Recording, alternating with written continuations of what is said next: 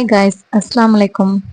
இது ஒரு half KG rasmalai cake. Rasmalai கேக்கை வந்து நல்லா ரசமலாய் மில்க்லேயே சோக் பண்ணி நல்லா எடுத்துட்டு அது மேலே நட்ஸ் ஸ்ப்ரெட் பண்ணதுக்கு அப்புறமா க்ரீம் அப்ளை பண்ணிக்கலாம்.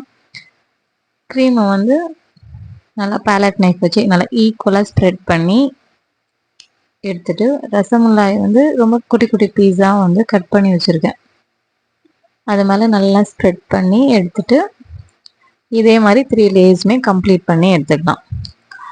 நார்மலாக நம்ம பிளாக் ஃபாரஸ்ட், ஒயிட் ஃபாரஸ்ட் அந்த மாதிரி கேக் சாப்பிட்றத விட ரசமலாய் ரொம்பவே டெம்ப்டிங்காக இருக்கும்.